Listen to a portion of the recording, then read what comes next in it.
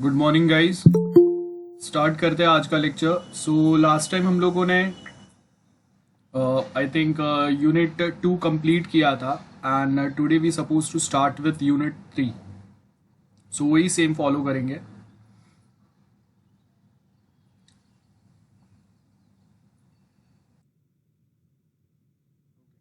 तो ही unit 3 chapter 6 unit 3. So this part basically talks about activity planning. क्या होगा एक्टिविटी? सर्टेन पॉइंट समझते हैं हम लोग।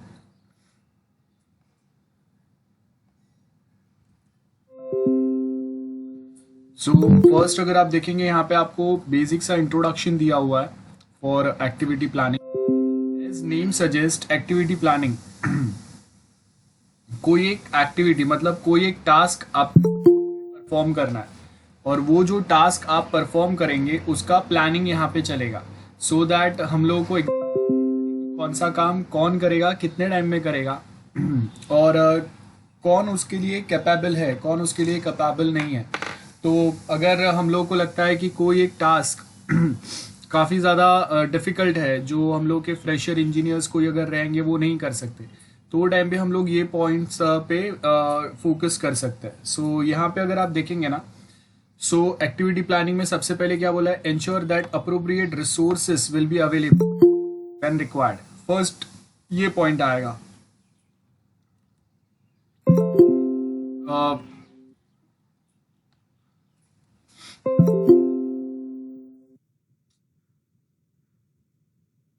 गाइस टाइम पे आया करो, हाँ ऑनलाइन आना है हम लोगों को, 9 o'clock आया करो। मैं लेक्चर स्टार्ट करता हूँ और बीच में आप लोग पिंग करते रहते हो, that makes a disturbance.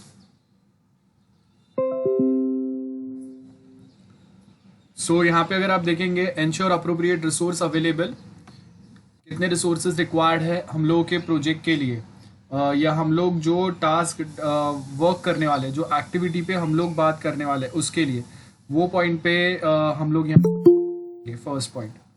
Okay, उसके बाद अगर आप देखेंगे नेक्स्ट जो पॉइंट है हम लोग के पास, avoid different activities competing for the same resource at same time. बराबर है, ये बहुत इंपॉर्टेंट है because sometimes it might happens आप मल्टीपल जो प्रोजेक्ट्स एक साथ वर्क करने का ट्राई कर रहे हैं मल्टीपल प्रोजेक्ट्स पे, और वो मल्टीपल प्रोजेक्ट्स पे जो आप एक साथ वर्क करने की ट्राई करेंगे उसमें बहुत बार ऐसा होगा कि हम लोग के पास रिसोर्सेज लिमिटेड है। हम लोगों को 2 project after 2 month suppose submit करने हैं। अब 2 प्रोजेक्ट करने वाले हो, दोनों के लिए आपके पास लिमिटेड रिसोर्सेज ही है। तो वो टाइम पे कि हम लोगों के जो लिमिटेड रिसोर्स है, जो आपको कोई एक प्रोजेक्ट पे आप कंटिन्यूअस काम करेंगे तो वो आपका प्रोजेक्ट 1 या 2 महीने में कंप्लीट होगा।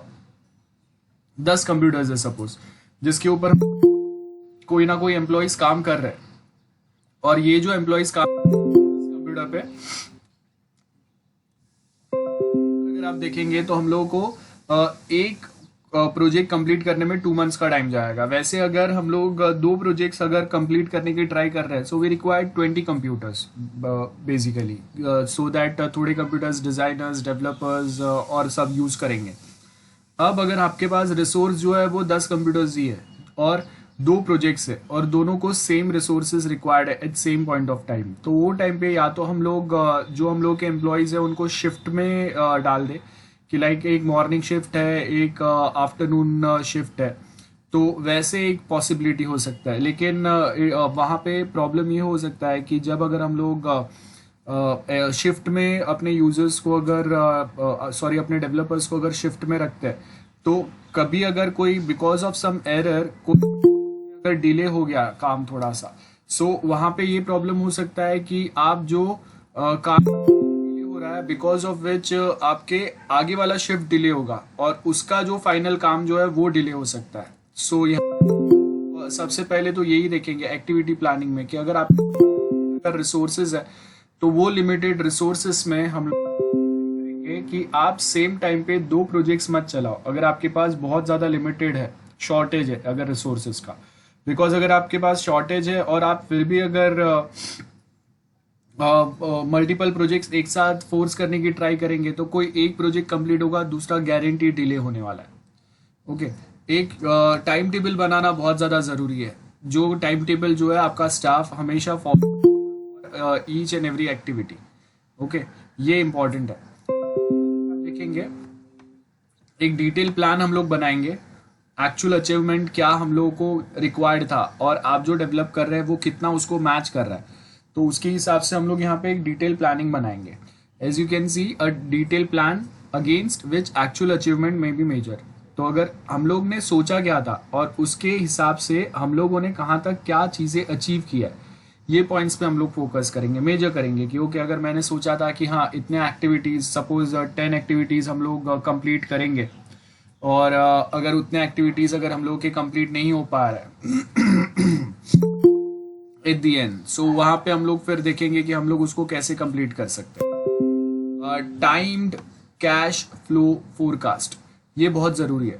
टाइम कैश फ्लो मतलब आपके पास कौन से टाइम पे कितने लोग रिक्वायर्ड है, ओके, और वो टाइम पे इतने लोग आपके पास होने चाहिए, और वो लोग करने के लिए वो लोग के जो एक्सपेंसेस है या सॉफ्टवेयर के जो एक्सपेंसेस है वो आपके पास कितने टाइम में आने वाले हैं, ये आपको पता होना चाहिए। तो अगर टाइमली अगर आपको एक्सपेंस नहीं मिल रहा है, तो अगर कोई जो एम्प्लॉयज़ है वो फ्री में काम नहीं करेंगे ऑफ कोर्स। अगर आप उनको, या फिर आपने अगर कोई प्रोजेक्ट आउटसोर्स किया हुआ है, तो आप अगर उनको बोलते हैं कि आपको फास्ट पेस पे वो प्रोजेक्ट डेवलप करके चाहिए, तो फास्ट पेस पे डेवलपमेंट का मतलब है कि आप उनको क्विकली उनके जो पेमेंट्स है वो क्लियर करो, उनके ड्यूज क्लियर करो, और वो आपको उतना जल्दी आपके जो प्रोजेक्ट्स है या आपके जो भी पार्ट है वो आपको हैंड ओवर करेंगे। उसके आगे replan the project during its life to correct drift from the target. मतलब क्या है ड्रिफ्ट का? मतलब क्या है कि आप अपने जो टारगेट्स आपने अज्यूम किए थे कि हाँ इतने टाइम में हम लोग के इतने टारगेट्स अचीव होने चाहिए, अब अगर वो एग्जैक्टली फॉलो नहीं हो रहा है बिकॉज ऑफ कैश क्रंच, मतलब अभी आपके पास करंटली आपके पास पैसा नहीं है, 10-15 दिन 20 दिन के बाद मिलने वाला है, तो उसकी वजह से अटक रहा है फर्स्ट तो, या फिर आपके पास स्टाफ जो है वो ऑन टाइम वो स्पेसिफिक एक्टिविटी कंप्लीट नहीं कर पाया, या रिसोर्सेज आपके पास शॉर्टेज हो गया रिसोर्सेज का। सो यहाँ पे मल्टीपल ऐसे प्रॉब्लम्स हो सकते हैं। तो ये मल्टीपल प्रॉब्लम्स को हम लोग क्या करेंगे, देन रीप्लान करेंगे कि अभी अगर ऐसा शॉर्टेज या ऐसे कुछ प्रॉब्लम्स आ रहे हैं तो उसको अगर हम लोग फोकस में लाए तो उसके बेस के ऊपर अभी हम लोग ये सारी चीज़ों को रीप्लान कैसे करेंगे। रीप्लान का मतलब है कि अभी हम लोग अपना टाइम टेबल स्विच कैसे करेंगे, अभी कितना और डिले हो सकता है, कौन से न्यू पर्सन्स को हम लोग यहाँ पे अपॉइंट कर सकते हैं, ये वाले पॉइंट्स पे हम लोग फोकस करेंगे। सो फर्स्ट अगर आप देखेंगे ऑब्जेक्टिव ऑफ एक्टिविटी प्लानिंग बहुत सिंपल है। फिजिबिलिटी असेसमेंट मैंने ऑलरेडी पढ़ा है, वापस नहीं पढ़ा रहा हूँ मैं। फिजिबिलिटी असेसमेंट हम लोगों को सबको पता है।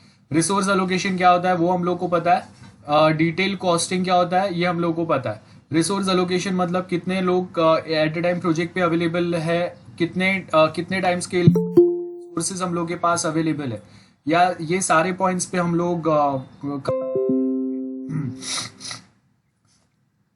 सो डिटेल्ड कॉस्टिंग कितना होगा आपका, लाइक प्रोजेक्ट कॉस्टिंग हम लोग का क्या होगा, कितना एक्सपेंडिचर हम लोग का जा रहा है, तो ये डिटेल कॉस्टिंग हम लोग निकालेंगे। डिटेल कि अगर मैं वहाँ पे बेसिकली अगर मैं वहाँ पे अगर एक प्रोजेक्ट डेवलप करने की ट्राई कर रहा हूँ, सो वो टाइम पे आपको वहाँ पे फोकस करना है कि आपके पास स्टाफ एक्सपेंडिचर कितना होगा, रिसोर्स के ऊपर आपका एक्सपेंडिचर कितना होगा, जो स्पेस या ऑफिस अगर आप यूज़ कर रहे हैं, इलेक्ट्रिसिटी आप यूज़ कर रहे हैं, उसके एक्सपेंडिचर कितने रहेंगे, ये हम लोग बताएंगे। उसके आगे मोटिवेटिंग फैक्टर तो होना चाहिए, मोटिवेशन ऑफ कोर्स। अब मोटिवेशन की जब अगर हम लोग बात करते हैं तो we are not talking about motivation of कि जाके हम लोग एक बड़ा सा भाषण देंगे मूवी में देते हैं वैसा और आपके एम्प्लॉय एकदम जोश में आके काम करने लगेंगे। There is nothing like that. Motivation means in short आप उनको बोनसेस दो, बेनिफिट्स दो, एक्स्ट्रा पर्क्स दो। तो वो जो एक्स्ट्रा पर्क्स है वो basically we are talking about bonus या फिर इंक्रीमेंट या प्रमोशन। ये अगर आप देंगे उनको तो वो आपके लिए बेटर काम करेंगे। अगर वो अपना एफर्ट्स डाल रहे, एक्स्ट्रा एफर्ट्स डाल रहे, अपने साइड से कोई एक्स्ट्रा कुछ इनपुट्स डाल रहे, तो वो टाइम पे आपको भी उसके सामने देखना पड़ेगा कि आप उनको कितना मोटिवेट करते हैं, आई मीन आप उनको कितना एनकरेज कर रहे हैं वो स्पेसिफिक पर्पजेस के लिए। नाउ मोटिवेशन में एक पॉइंट बहुत इंपॉर्टेंट होता है, हम लोगों ने बहुत बार मूवीज में भी देखा है। आपके टीम लीडर्स जो है ये एक सबसे इम्पोर्टेंट मोटिवेशनल फैक्टर होता है टीम मेंबर्स के लिए। तो आप अगर देखेंगे ना कि जो हेड ऑफ द टीम है, जो टीम को लीड कर रहा है, सो बेसिकली हम लोग यहाँ पे बोलते हैं कि जो हेड ऑफ द टीम है या टीम को लीड करने वाला जो पर्सन है ना, वो पर्सन बेसिकली इतना कैपेबल होना चाहिए कि अगर कोई एक टीम मेंबर्स अगर अच्छे काम कर रहे हैं तो उनको सबसे पहले आगे करो, और अगर कुछ प्रॉब्लम हो रहा है तो टीम मेंबर खुद से वो रिस्पॉन्सिबिलिटी ले पाए कि हाँ मेरे टीम में प्रॉब्लम हुआ है तो मेरा रिस्पॉन्सिबिलिटी है वो। ये बेसिकली फैक्टर होता है। आपने अगर नॉर्मल सर्टेन मूवीज में भी देखा रहेगा, आप देखो वो मंगल मिशन में भी आपने देखा रहेगा, स्टार्टिंग में जब अक्षय कुमार एक टीम को लीड करता है और वो टाइम पे उनका जो स्पेस क्राफ्ट जो वो लोग लॉन्च करने का ट्राई करते हैं सैटेलाइट और वो क्रैश हो जाता है, तो वो टाइम पे वो रिस्पॉन्सिबिलिटी लेता है, एंड नेक्स्ट टाइम जब वो सक्सेस होता है वो टाइम पे उनकी टीम को आगे कर रहा है। तो ये सेम एक मोटिवेशनल फैक्टर होता है जो मोस्ट ऑफ जगह पे आपको मिलता है, जहाँ पे because of this motivational factor आपको पता चलेगा कि जो हम लोगों के स्टाफ है, एम्प्लॉयज है, वो एनकरेज होता है, वो अपने साइड से और एक्स्ट्रा एफर्ट्स डालने का ट्राई करते हैं। कोऑर्डिनेशन ऑफ कोर्स इंपॉर्टेंट है, ये तो हम लोगों को पता होना चाहिए। आपका स्टाफ के साथ, आप डायरेक्टली स्टाफ के साथ कोऑर्डिनेट नहीं कर सकते, सपोज मैनेजर लेवल, तो वो टीम मेंबर के साथ कोऑर्डिनेट करेंगे, और वो टीम मेंबर के पास लीडरशिप स्किल्स होने चाहिए सबको साथ में लेके चलने का। सो ये वाला कोऑर्डिनेशन वाला पार्ट है। आपके पर्सनल प्रॉब्लम्स दो स्टाफ के बीच में कुछ भी होंगे, लेकिन वो प्रॉब्लम्स को हम लोग जॉब पे नहीं ला सकते, तो जॉब पे आपको प्योर प्रोफेशनल वे में ही वर्क करना होता है। अब नेक्स्ट जो पॉइंट है वो है व्हेन टू प्लान। अब प्लानिंग जो है वो तो कंटिन्यूअस चलता ही रहता है, जिसमें हम लोग हमेशा थोड़े थोड़े चेंजेस, रिफाइनमेंट करते रहते हैं। हम लोग बात करते हैं कि मल्टीपल पार्ट्स में हम लोग अपने प्रोजेक्ट को डेवलप करते हैं। फॉर ईच इटरेशन हम लोगों को और ज़्यादा डिटेलिंग करना पड़ेगा कि ये इटरेशन में या ये स्पेसिफिक प्रोजेक्ट के पार्ट में हम लोग क्या नया चीज़ कर रहे हैं, और उसके हिसाब से हम लोगों को अपने प्लानिंग में क्या चेंजेस करने पड़ेंगे। सो यहाँ पे अगर आप देखेंगे कि फिजिबिलिटी स्टडी जो है ना वो बहुत ज़्यादा इंपॉर्टेंट रहता है प्रोजेक्ट स्टार्ट करेंगे तब से, बिकॉज फिजिबिलिटी स्टडी में अगर हम लोगों ने प्रैक्टिकली ये आइडेंटिफाई नहीं किया कि हाँ एग्जैक्टली आपको कितना टाइम लगना चाहिए वो प्रोजेक्ट को डेवलप करने के लिए, कितना स्टाफ लगेगा और वो स्टाफ क्या स्किल्ड के होने चाहिए, तो एस्टिमेटेड अगर टाइम स्किल्स अगर हम लोगों ने वहाँ पे कैलकुलेट नहीं किए प्लानिंग में, और उसके साथ हम लोगों के कितने रिस्क हो सकते हैं वो अगर प्रॉपरली हम लोगों ने देखा नहीं, तो वो टाइम पे फिर क्या होगा, डेट्स जो कंप्लीशन डेट्स रहेंगे वो आपके अचीव नहीं हो पाएंगे, या बजट में आपका प्रोजेक्ट नहीं बैठ पाएगा, तो आपको लॉस होने के चांसेस ज़्यादा होंगे। तो आप जो भी कुछ काम कर रहे हैं उसमें आपके प्रॉफिट छोड़ो, आप लॉस में जा रहे हैं, तो आपको अगर कुछ बेनिफिट्स जो होने चाहिए वो बेनिफिट्स यहाँ पे नहीं हो रहे हैं, दैट क्रिएट्स अ प्रॉब्लम। सो इसके लिए यहाँ पे अगर आप देखेंगे ना तो हम लोग एक जो पॉइंट पे फोकस करते हैं वो है कि project proceeds beyond the feasibility study. तो कभी कभी ये फिजिबिलिटी स्टडी हम लोग जो करते हैं वो तो ठीक है, लेकिन उसके आगे ये वाले पॉइंट्स पे भी आपको फोकस करना पड़ेगा कि आप जब एक बजट एस्टिमेट करते हैं, प्लानिंग करते हैं, तो वो आपका वो प्लानिंग कितना प्रैक्टिकल है, लोग उसके साथ कितने कंफर्टेबल है। अगर वो उसके साथ कंफर्टेबल नहीं है तो फिर आप उनको छोड़ दो, फिर आप उसके ऊपर ज़्यादा मगजमारी मत करो।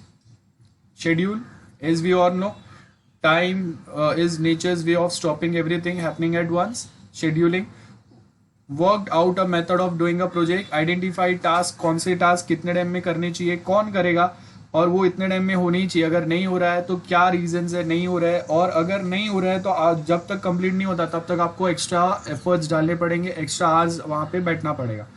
ये बेसिक कंसेप्ट रहता है। Assess the time needed to do each task. Activity network same है।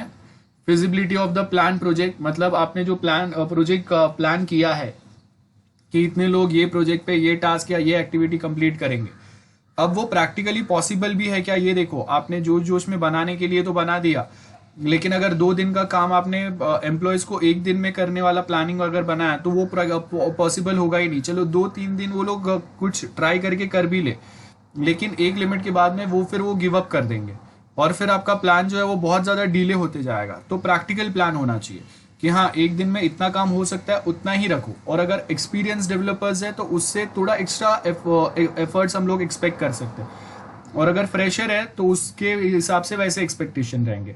सो identify when resources will be needed to be deployed, ये सेकेंड पॉइंट है कि कब से आप जो प्लानिंग करेंगे ना, तो उसमें आपने डिफाइन किया है कि चलो मुझे 15 कंप्यूटर लगेंगे, तो आप देखो कि आपको वो 15 कंप्यूटर कब से मिल रहे हैं। अगर ऑलरेडी कोई एक प्रोजेक्ट रनिंग है बैकग्राउंड में, तो वो प्रोजेक्ट कंप्लीट एग्जैक्टली कब हो रहा है, तो वो प्रोजेक्ट जब कंप्लीट होगा तभी तो आप नया प्रोजेक्ट चालू कर पाएंगे।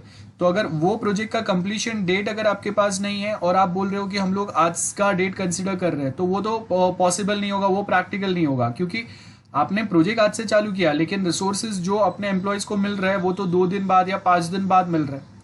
तो मतलब स्टार्टिंग में ही आपका प्रोजेक्ट या जो टाइम या शेड्यूल है, जो टाइम टेबल है, वो ऑलरेडी एक हफ्ता डिले हो गया है। तो अभी क्या हो गया, आपके एम्प्लॉयज के ऊपर बर्डन आ गया ऑलरेडी। और इट माइट पॉसिबल कि आपने आइडेंटिफाई किया कि 4 दिन के बाद आपको रिसोर्सेज अवेलेबल रहेंगे, जो कंप्यूटर लैपटॉप्स रिक्वायर्ड है वो अवेलेबल रहेंगे, लेकिन सडनली जो प्रोजेक्ट कंप्लीट होने वाला था उसमें लास्ट मोमेंट पे कोई एक स्पेसिफिक डिफिकल्ट टाइप के बग्स या डिफेक्ट्स आ गए। तो अब क्या है, उसको सॉल्व करने में और 3-4 दिन चले गया।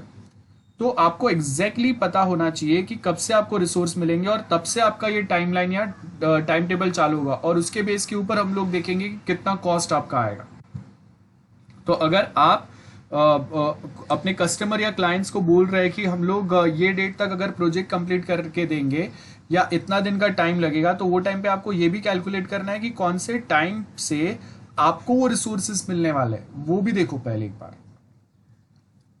उसके आगे क्या बोला है, this helps coordination and motivation. Activity मतलब एक प्रोजेक्ट में नंबर ऑफ एक्टिविटीज चलेंगे, नंबर ऑफ छोटे छोटे टास्क चलेंगे। एक्टिविटी मतलब छोटे छोटे टास्क चलते रहेंगे continuous. will start when at least one of its activity is ready to start.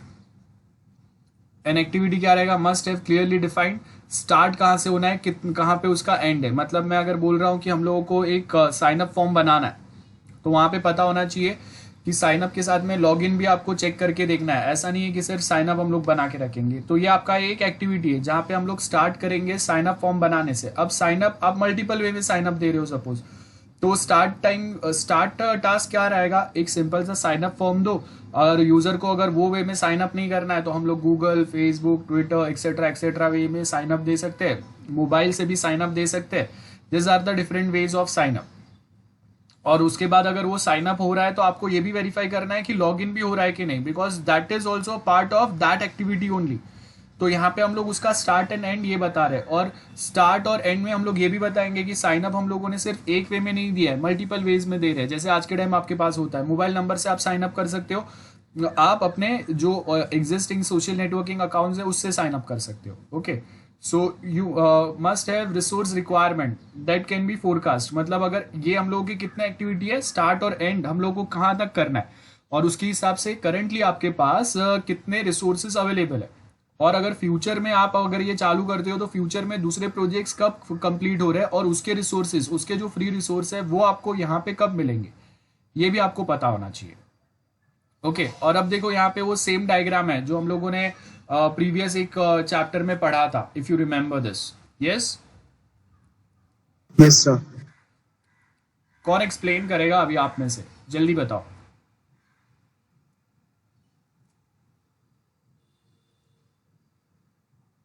Anyone from you going to explain this? हाँ सर, ये स्टार्टिंग में जो लिखा है ना, सिलेक्ट प्रोजेक्ट, आइडेंटिफायर प्रोजेक्ट, वो सब ह्यूमन रिसोर्स है। फिर वो एनालाइज करेगा प्रोजेक्ट को, फिर एक्टिविटी क्या रहेगा उसके नीचे वाला जो पॉइंट है ना, प्रोडक्ट एंड एक्टिविटीज, तो उसमें एक्टिविटीज क्या क्या रहेंगे।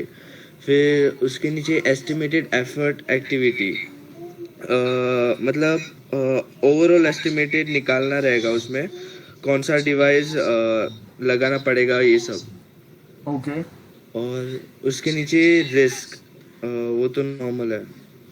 बाद में उसके नीचे वाला जो है ना, रिसोर्सेस, अलोकेट रिसोर्सेस, मतलब कितना ह्यूमन रिसोर्स लगेगा उसमें। ओके, और नीचे रिव्यूज। फिर उसके बाजू में एग्जीक्यूट प्लान, मतलब जो भी परफेक्ट हुआ तो एग्जीक्यूट होगा, पब्लिकली करेंगे। ओके, हाँ बस इतना ही पता, अभी तो समझाऊंगा। ओके, ठीक है। ध्यान से देखो, पहले भी ये बता था, आप लोगों ने शायद रिवाइज किया ही नहीं है। जो हम लोगों का SDLC प्लान चलता है वैसा ही ये प्लानिंग चल रहा है, खाली नाम थोड़े बहुत चेंजेस किए। प्रोजेक्ट सिलेक्ट किया, प्रोजेक्ट सिलेक्ट करने के बाद उसके ऑब्जेक्टिव मतलब एग्जैक्टली अभी जो आप प्रोजेक्ट बनाने वाले हैं उसमें आप क्या क्या चीज़ें ऐड करेंगे, यहाँ पे क्या क्या पॉइंट्स ऐड करेंगे, क्या क्या कौन से पॉइंट्स के बेस के ऊपर आप ये प्रोजेक्ट बनाने वाले हैं। फर्स्ट तो ये पॉइंट आएगा, ठीक है। उसके बाद में उसके साथ में अगर आप देखेंगे उसके लिए आपके पास इंफ्रास्ट्रक्चर मतलब आपके पास ऑफिस लेआउट कैसा है, जो आपके पास कैपेसिटी कितना है, आप अगर बड़ा प्रोजेक्ट बनाने का सोच रहे हैं तो उतना डेटाबेस हैंडल कर सके वैसा आपके पास इंफ्रास्ट्रक्चर है क्या, ये देखेंगे। आपके पास लेटेस्ट ऑपरेटिंग सिस्टम है, आपके कंप्यूटर के कॉन्फ़िगरेशन इतने बेस्ट है कि वो नए प्रोजेक्ट्स के साथ इजीली डील कर सके, ये आएंगे। उसके साथ में अगर आप देखेंगे तो अभी अगर ये दोनों अगर प्रॉपर है कि आपने जो नंबर ऑफ रिक्वायरमेंट्स आइडेंटिफाई किए अभी बनाने के लिए और उसके हिसाब से आपका ऑफिस इंफ्रास्ट्रक्चर या आपके कंप्यूटर्स के कॉन्फ़िगरेशन या आपका कंप्यूटर जो नेटवर्क जो ऑफिस में है और सर्वर जो है उसका इतना कैपेसिटी है, तो फिर हम लोग प्रोजेक्ट कैरेक्टरिस्टिक्स एग्जैक्ट डिफाइन करेंगे कि ओके हम लोगों के ऑफिस इंफ्रास्ट्रक्चर करंट कैपेसिटी के हिसाब से ये वाले हम लोगों के कैरेक्टरिस्टिक्स प्रॉपर हो पाते हैं और उसमें से करंटली हम लोग के बजट के हिसाब से कितनी चीज़ें हम लोग बना पाएंगे, उसके हिसाब से हम लोगों ने एक्टिविटीज आइडेंटिफाई किया। ये आपके अपर लेवल्स हो गए, 0 to 4 this are your upper levels, 5 to 8 आर लोअर लेवल्स। तो यहाँ पे अगर 10 स्टेप देखेंगे लोअर लेवल प्लानिंग मतलब स्टेप 5 से हम लोग प्लानिंग जो करेंगे वो रिपीट होते रहेगा। तो स्टेप 5 क्या है, एस्टिमेटेड एफर्ट मतलब कितना पैसा लगेगा, कितना टाइम लगेगा, कितना ह्यूमन रिसोर्स लगेगा, ये एस्टिमेट निकालेंगे हम लोग, और कौन से रिसोर्सेज आपको कब से अवेलेबल रहेंगे ये भी एस्टिमेट हम लोग निकालेंगे यहाँ पे, ओके। उसके बाद ये निकालने के बाद में हम लोग देखेंगे कि कौन से एक्टिविटीज अगर हम लोग प्लान कर रहे हैं तो उसमें रिस्क फैक्टर कितना है, हाई है कितना लो है। अगर ये जो हम लोग प्लान कर रहे हैं, जो प्रोजेक्ट्स हम लोग डेवलप कर रहे हैं वो अगर सक्सेस नहीं गया तो कितने लेवल तक का आपको लॉस हो सकता है, आपका कितना अमाउंट तक का डिटेल जो है वो लॉस हो सकता है, और आपका काम जो है एक्चुअल जो आप काम कर रहे हैं वो कितना डिले हो सकता है, ये देखेंगे हम लोग। और अगर आपको रिस्क आप उतना डाइजेस्ट कर सकते हो, आप उतना रिस्क अगर हैंडल कर सकते हो तो उसके हिसाब से फिर हम लोग रिसोर्स एलोकेशन का काम करेंगे। रिसोर्स एलोकेशन मतलब कितने डेवलपर्स डिजाइनर्स लगेंगे, कितने लैपटॉप कंप्यूटर्स लगेंगे, और जो बाकी के प्रिंटर स्कैनर ये डिवाइस है, इंटरनेट आपको लगेगा, और उसके साथ में आपको अलग से कौन से सॉफ्टवेयर रिक्वायर्ड रहेंगे, ये सारे पॉइंट्स के ऊपर हम लोगों का फोकस रहेगा। ये सब बनाने के बाद में पॉइंट नंबर 5, 6 एंड 7 ये तीनों फॉलो करने के बाद में हम लोग पॉइंट नंबर 8 पे आएंगे, जहाँ पे हम लोगों के जो कलीग्स है, हम लोगों के पास ऑफिस में जो एक्सपीरियंस डेवलपर्स है, उनको हम लोग ये अपना प्लानिंग पूरा बताएंगे, उनको हम लोग अपने एस्टिमेट्स जो निकाले हैं वो बताएंगे और उनके पास से रिव्यूज लेंगे, सो दैट प्रोजेक्ट चालू होने के बाद में अगर कोई प्रॉब्लम्स अगर हम लोग के इन बिटवीन वो प्रोजेक्ट में अगर आते हैं तो वो प्रोजेक्ट को हम लोग कैसे हैंडल कर सके ना, वो हम लोग को यहाँ पे पता चलेगा। गेटिंग? सो इसके लिए हम लोग यहाँ पे फिर क्या करते हैं, ये स्पेसिफिक पार्ट पे हम लोग फोकस करते हैं कि आपको रिव्यू करना है, आपका जो प्लान है आप उसको रिव्यू करो। रिव्यू करने के लिए आपको क्या करना पड़ेगा, अपने जो कलीग्स है, अपने जो सीनियर्स है, एक्सपीरियंस लोगों के साथ में आप वो प्लान शेयर करो, पब्लिक करो उसको। और रिव्यूज अगर 70% रिव्यूज अगर पॉजिटिव मिलते हैं आपको कि हाँ ये प्लान करेक्ट है, आप ऐसे वर्क कर सकते हैं, तो वो टाइम पे फिर हम लोग क्या करेंगे, ये प्लान एग्जीक्यूशन चालू करेंगे।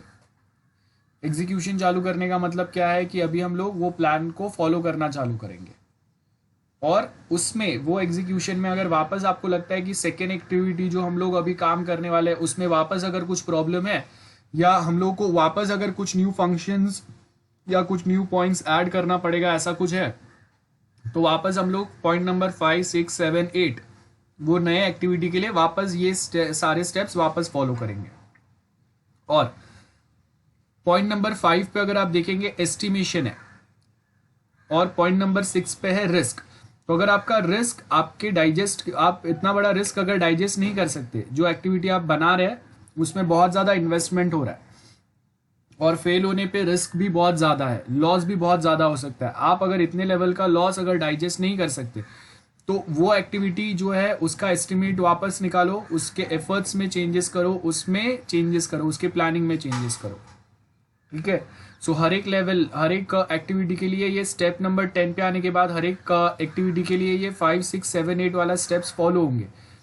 और एक्चुअल में अगर कहीं पे अगर कुछ प्रॉब्लम दिख रहा है आपको, तो हम लोग वापस स्टेप नंबर 4 पे जाएंगे और वहां से वापस ये प्लानिंग चालू हुआ। तो अगर एग्जैक्टली कहीं पे अगर कुछ बड़े चेंजेस करने हैं तो फिर हम लोग स्टेप नंबर 10 से वापस स्टेप नंबर 4 पे जाएंगे। न्यू एक्टिविटी के लिए वापस सर्टन छोटे मोटे चेंजेस रिक्वायर्ड है तो फिर हम लोग डायरेक्टली स्टेप नंबर 5, 6, 7 पे जाएंगे। ये आपका पैटर्न होगा और ये उसी का एक्सप्लेनेशन आपको यहाँ पे दिया है अगर आप ध्यान से देखेंगे तो। ओके, सो नेक्स्ट अगर आप देखेंगे, ये आपके पास डायग्राम जो दिया है, fragment of activity based work breakdown structure क्या है, प्रोजेक्ट है, एनालाइज करो, डिजाइन करो, बिल्ड करो, SDLC चल रहा है। डिजाइन में आपके क्या रहेंगे, डेटा डिजाइन करेंगे, प्रोसेस डिजाइन करेंगे, फिजिकल डिजाइन चलेगा। फिजिकल डिजाइन मतलब हम लोग आपके नेटवर्क आर्किटेक्चर की बात करेंगे, आपके पास फिजिकल इंफ्रास्ट्रक्चर कैसा है उसकी हम लोग बात करेंगे। ओके, सो ये वाला जो डायग्राम है इसमें वो पॉइंट्स पे हम लोग का फोकस होगा। Relational data analysis, logical designs. Relational data analysis का मतलब है ER diagram type, entity relationship diagram जो है डेटाबेस के वो बनेंगे। लॉजिकल डायग्राम्स में हम लोग देखेंगे कि एक टेबल दूसरे टेबल से कहाँ पे कनेक्ट हो रहा है, कितने टेबल्स एक्चुअल में रिक्वायर्ड है। अगर डेटाबेस में आपको नॉर्मलाइजेशन करना है तो वो नॉर्मलाइजेशन कितने लेवल पे करना चाहिए, कितने लेवल तक आप डेटा को नॉर्मलाइज करेंगे, वो पॉइंट्स रहेंगे। और आगे तो ये प्रोसेस डिजाइन है। प्रोसेस डिजाइन मतलब आपके कौन से लेवल के डिजाइन रहेंगे, हाई लेवल। याद है आर्किटेक्चरल डिजाइन के बाद में 3 टाइप के डिजाइन हम लोगों ने पढ़े थे। सिस्टम डिजाइन में आपके 3 टाइप के डिजाइन रहते हैं, architectural design, high level design और डिटेल डिजाइन। तो ये जो प्रोसेस डिजाइन जो है ये आपका डिटेल डिजाइन वाला पार्ट आएगा, जो 3rd लेवल का SDLC का डायग्राम में मैंने बताया था। याद नहीं है तो प्रीवियस लेक्चर्स जाओ देखो, मैंने वो डायग्राम लिखाया भी था आपको। तो ये प्रोसेस डिजाइन मतलब डिटेल डिजाइन है। फिजिकल डिजाइन मतलब हम लोग नेटवर्क इंफ्रास्ट्रक्चर स्टडी करेंगे, आपके करंटली जो कंप्यूटर्स है उसका कॉन्फ़िगरेशन क्या है, ये सारे पॉइंट्स पे फोकस करेंगे और उसी का यहाँ पे नीचे आपको एक्सप्लेनेशन दिया हुआ है। ओके, देख लेना अभी आप। सो प्रोडक्ट बेस्ड अप्रोच में, product based approach PBS, product based approach में हम लोग प्रोडक्ट बैकग्राउंड प्रोडक्ट को हम लोग ब्रेक डाउन करेंगे छोटे टास्क में, और वो टास्क हम लोग एट ए टाइम कितने टास्क हम लोग कंप्लीट कर सकते हैं कि नहीं कर सकते वो देखेंगे हम लोग। अब as we know product based approach, product based approach का मतलब क्या होता है, हम लोग कोई तो एक डिटेल फ्रेमवर्क फॉलो करते हैं। फ्रेमवर्क का मतलब क्या होता है वो समझते हैं हम लोग।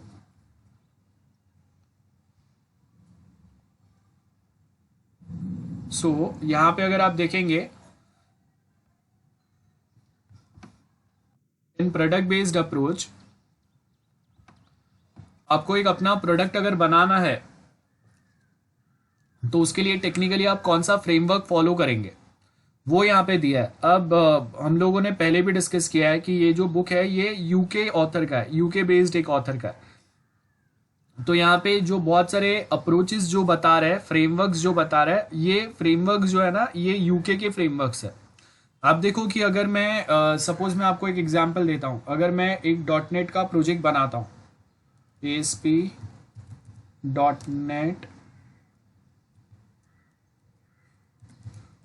Project folder structure.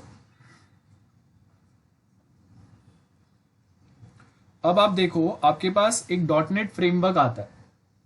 अब वो .NET फ्रेमवर्क का बेनिफिट क्या होता है, आप अगर ASP.NET में जाके सिर्फ इतना लिखते हैं ना क्रिएट न्यू प्रोजेक्ट, और वहां पे माई न्यू प्रोजेक्ट अगर आप क्रिएट करते हैं तो वो न्यू प्रोजेक्ट के साथ में आपको इतने सारे इंटरनल फोल्डर्स मिल जाते हैं, जिसमें अगर आप देखेंगे कि अलग अलग फोल्डर्स अलग अलग टाइप के काम के लिए डिवाइडेड रहते हैं, प्री डिवाइडेड रहते हैं। हम लोगों को डिवीजन नहीं करना है, ये ऑलरेडी डिवाइडेड है। और ये जो डिवीजन है ना, ये डिवीजन को हम लोग यूज करेंगे। तो अगर मुझे सपोज एक स्पेसिफिक डिजाइनिंग करना है उसके लिए होगा, स्क्रिप्ट के लिए मेरे पास अलग मॉड्यूल्स है, व्यूज मतलब अगर अलग से कुछ डिजाइन्स डालने हैं उसके लिए है, और कुछ कंटेंट डालने हैं, कंट्रोलर मतलब मेन एल्गोरिदम आपके जो प्रोग्राम्स रहेंगे वो कहीं पे हम लोग स्टोर करेंगे। सो ये हर एक चीज आपको दिया हुआ है, यहाँ पे डिटेल उन्होंने सेग्रीगेशन करके दिया है। और इसमें बहुत सारे प्लेसेस पे अगर आप देखेंगे ना, इंटरनली बहुत सारा कोड ऑलरेडी बना हुआ है, जिसमें से हम लोग बहुत कम कोड बनाते हैं। सो मतलब बहुत सारा चीज है वो ऑलरेडी आपको रेडीमेड प्रोवाइड कर रहा है, आप कुछ नहीं कर रहे, आप खाली उसमें जाके 2-3 फाइल्स लिख रहे और बाकी का बहुत सारा कोड वो खुद से आपको दे रहा है। ये फ्रेमवर्क होता है। मतलब बाय डिफॉल्ट अगर मैं कोई भी अगर एक प्रोजेक्ट बनाता हूँ ASP.NET में, तो हर किसी को ये सर्टन फाइल्स हमेशा रिक्वायर्ड होता है जब अगर हम लोग उसको प्रोफेशनल लेवल पे अपलोड करते हैं या वो प्रोजेक्ट को लाइव करते हैं। तो प्रोजेक्ट को लाइव करने के लिए जो भी फाइल्स आपको रिक्वायर्ड है वो सारे फाइल्स यहाँ पे अवेलेबल है। वो बाय डिफॉल्ट वो आपको फ्रेमवर्क जो है वो आपको प्रोवाइड कर रहा है। सो यहाँ पे हम लोगों का फ्रेमवर्क कौन सा है, .NET फ्रेमवर्क आता है आपका। तो वो जो फ्रेमवर्क है ना वो आपको यहाँ पे ये सारी चीजें प्रोवाइड कर रहा है। क्लियर है। तो इन शॉर्ट अगर मैं बहुत सिंपल भाषा में अगर बोलूँ तो जैसे एक फोटो फ्रेम है, तो वो फोटो फ्रेम में अगर आप देखेंगे ना तो यहाँ पे आप देखो ये फोटो फ्रेम का अगर मैं आपको एग्जाम्पल देता हूं। सो ये मेरा फोटो फ्रेम है। अब ये फोटो फ्रेम जो है ये मेरा आर्किटेक्चर है। मतलब हर बार जब कभी अगर मुझे कोई भी अगर एक फोटो फ्रेम रिक्वायर्ड है तो उसमें यहाँ पे सेंटर में फोटो चेंज होगा। इंटरनल जो हम लोगों के जो फोटोज इंटरनली जो फोटोज है वो तो सेम रहेंगे। जैसे यहाँ पे देखो बहुत सारे फोटोज है, बराबर है। अब ये बहुत सारे फोटोज जो है उसमें फ्रेम सेम है, खाली अंदर फोटोज चेंज हो गए। एग्जैक्टली सिमिलर वे ये आपके बहुत सारे एप्लीकेशन है अलग अलग जो अलग अलग दिख रहे हैं, लेकिन आउटर स्ट्रक्चर जो होता है वो तो सेम रहता है हर एक प्रोजेक्ट का। अगर मैं वेबसाइट बनाता हूं तो उसमें सिक्योरिटी आर्किटेक्चर सेम रहेगा, उसमें मेन जो साइन अप लॉगिन है वो सेम रहेगा, इंटरनली कुछ ना कुछ डिफरेंसेस रहेंगे। तो यहाँ पे भी अगर आप देखेंगे ये फोटो फ्रेम में तो अंदर फोटोज में कहीं ना कहीं कोई अलग अलग फोटोज है अलग अलग कैटेगरी के। तो यहाँ पे इंटरनल आपका जो फोटो जो है ना ये आपका ओन लॉजिक है आपके एप्लीकेशन के लिए, लेकिन आउटर जो फ्रेम है ये तो कॉमन रहता है मोस्ट ऑफ सारे जो एप्लीकेशंस हम लोग बनाते हैं उसके लिए। तो वैसे ही यहाँ पे अगर आप देखेंगे तो वी हैव वन फ्रेमवर्क जिसका नाम है प्रिंस। अगर मैं अपना एक अगर प्रोडक्ट बना रहा हूं अपने आइडिया के बेस के ऊपर, अगर मैं कोई एक सॉफ्टवेयर बना रहा हूं तो वो टाइम पे मेरे लिए भी ऐसा एक फ्रेमवर्क अवेलेबल है। मतलब यूके में एक ऐसा फ्रेमवर्क अवेलेबल है जिसको फॉलो करके आप अपना एक कोई तो आइडिया आपके आइडिया के बेस के ऊपर आप अपना एक सॉफ्टवेयर या प्रोजेक्ट बना सकते हैं। सो क्या होगा उसमें ये फ्रेम दिया हुआ है, फोटो फ्रेम दिया हुआ है, अंदर का जो फोटो है ना ये आपका लॉजिक है, ये आपका मेन आइडिया है। तो ये आइडिया जो है आपको देखो यहाँ पे किसी ने ये ऐसे वे में कोई फोटो निकाला है, किसी ने अलग वे में निकाला है, तो ये आपका इंटरनल फोटो जो है ये आपका आइडिया है, वो खाली चेंज हो रहा है, फ्रेम जो है वो सेम रह रहा है। तो यहाँ पे भी प्रिंस 2 नाम का जो फ्रेमवर्क है फ्रेम है ये सेम है, ठीक है, खाली इंटरनल फोटो जो है ना वो चेंज हो रहा है। So as you can see यहाँ पे हम लोग को क्या बोल रहे हैं, प्रोडक्ट बैकग्राउंड प्रोडक्ट का जो है हम लोग ब्रेक डाउन करेंगे स्ट्रक्चर का, देन उसके साथ में हम लोग फ्लो डायग्राम बनाएंगे, कहाँ से कैसे प्रोडक्ट फ्लो डायग्राम बनाएंगे कि कहाँ से क्या चीज कैसे कनेक्ट होगा, कौन से एक्टिविटीज किसके साथ कैसे कम्युनिकेट करेंगे, ये सारे पॉइंट्स रहेंगे हर एक प्रोजेक्ट हर एक जो हम लोग प्रोडक्ट बनाएंगे उसके लिए। Then this approach is particularly appropriate if using a methodology. अब यहाँ पे आपको क्या बोला है, unified software development process. Okay unified. So यहाँ पे अगर आप देखेंगे यूनिफाइड सॉफ्टवेयर डेवलपमेंट प्रोसेस मतलब एक ही सॉफ्टवेयर एक सर्टन स्पेसिफिक टाइप के सॉफ्टवेयर जब हम लोग डेवलप कर रहे हैं उसके लिए ये स्पेसिफिक पार्ट जो है ये प्रॉपर रहेगा। लेकिन अगर आपका प्रोजेक्ट बहुत ज्यादा अगर डिफरेंट है कंपेयर टू अदर प्रोजेक्ट तो वो टाइम पे ये यूनिफाइड सॉफ्टवेयर डेवलपमेंट प्रोसेस बहुत बार काम नहीं आता। लेकिन मोस्ट ऑफ प्रोजेक्ट के लिए 90% ऑफ प्रोजेक्ट के लिए ये यूनिफाइड सॉफ्टवेयर डेवलपमेंट प्रोसेस जो है जो किसमें आपको मिलेगा, प्रिंस 2 में मिलेगा, वो काम करेगा। और इसी को यहाँ पे आपको एग्जाम्पल दिया है। सो यहाँ पे अगर आप देखेंगे आपको IBM जो है वो भी अपना एक ऐसा unified software development process follow करता है, जिससे क्या होगा वो जो भी प्रोजेक्ट पे काम करता है उसके लिए कॉमन उनको फ्रेमवर्क मिल जाएगा और इंटरनल फोटो जो है वो चेंज होंगे। सो यहाँ पे वो क्या बोला है, हाइब्रिड अप्रोच हम लोग फॉलो करते हैं। हाइब्रिड अप्रोच में वो बेसिकली क्या कर रहे हैं, वो 5 लेवल्स बता रहे हैं। प्रोजेक्ट पहले हम लोग डिफाइन करेंगे क्या है एग्जैक्ट क्या डिलीवर करना है और ये डिलीवर करने के लिए क्या कंपोनेंट्स लगेंगे, क्या क्या चीजें आपको उसके अंदर बनाने पड़ेंगे, उस पर फोकस होगा हम लोग का। देन उसके साथ में हम लोग देखेंगे कि कितने लोग उसके ऊपर काम करेंगे, कितने टाइम काम करेंगे, हम लोगों को उस पर एक्सपेंस कितना आएगा, ये सारे पॉइंट्स पे हम लोगों का फोकस रहेगा। और उसके हिसाब से फिर हम लोग छोटे छोटे उसके टास्क में डिवाइड करके फिर वो टास्क को हम लोग टाइम टू टाइम फॉलो करते रहेंगे। सो यहाँ पे अगर आप देखेंगे आपको क्या दिया है, जो प्रोजेक्ट है उसमें सॉफ्टवेयर कंपोनेंट्स में हम लोग क्या करेंगे, एग्जिस्टिंग अगर कोई कंपोनेंट्स है उसको रिव्यू करेंगे, उसका डिजाइन बनाएंगे, outline design, architectural design, detail design, और उसके बाद में वो डिजाइन के बेस के ऊपर कोड होगा, टेस्ट होगा। ये फर्स्ट पार्ट हो गया। अब एक बार अगर आपका सिस्टम इंस्टॉल्ड है ऑलरेडी, तो उसमें क्या होगा, इंस्टॉल सिस्टम पे अगर आपको कुछ चेंजेस करना है तो उसको रिक्वायरमेंट एनालाइज करो, उसके बाद वापस वो सेम एग्जिस्टिंग सॉफ्टवेयर को हम लोग अपडेट कर रहे हैं। रिमेंबर, इंस्टॉल सिस्टम है, उसमें आपको वापस अगर कुछ न्यू अपडेट्स करना है तो अगेन वो रिक्वायरमेंट जो आएंगे उसको एनालाइज करो, उसका एक आर्किटेक्चरल डिजाइन बनेगा, डिटेल डिजाइन बनेगा।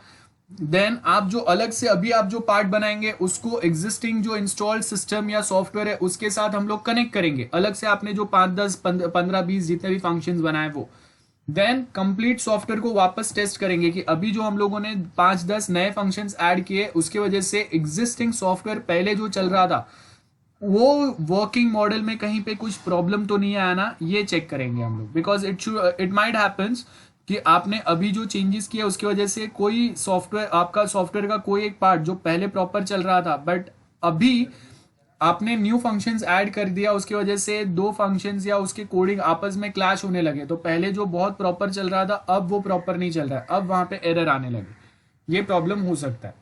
और अगर टेस्टिंग प्रॉपर हो गया तो हम लोग क्या करेंगे, डिलीवर करो और यूजर साइड अपना, यूजर जो है अपने साइड से उसको यूज कर करके बताते रहेगा कि हाँ आपका सॉफ्टवेयर में अभी यूज करने के टाइम पे वापस कहीं पे कोई प्रॉब्लम्स तो नहीं आ रहे ना। ये पॉइंट रहेगा जिसको हम लोग यूजर टेस्टिंग या सिंपल भाषा में अगर हम लोग बोले एक्सेप्टेंस टेस्टिंग बोलेंगे। एक्सेप्टेंस टेस्ट के अंदर हम लोगों ने देखा था बीटा लेवल टेस्ट आता है, सो बीटा लेवल टेस्ट होगा। यूजर मैनुअल बहुत सिंपल है, जैसे हम लोग को पता है यूजर मैनुअल मतलब क्या चीज आपने दिया है उसको कैसे यूज करना है, वो यूजर मैनुअल रहेगा।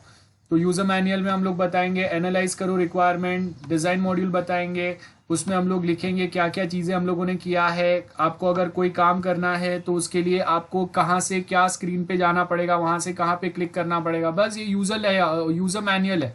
हर एक प्रोडक्ट के साथ आपको मिलता है ना यूजर मैनुअल, वो प्रोडक्ट में क्या क्या चीजें हैं उसके टेक्निकल स्पेसिफिकेशन रहेंगे और उसमें आपको अगर कुछ काम करना है तो आप वो काम कैसे कर सकते हैं वो यहाँ पे रहेगा। और उसके साथ में ट्रेनिंग कोर्स रहेगा।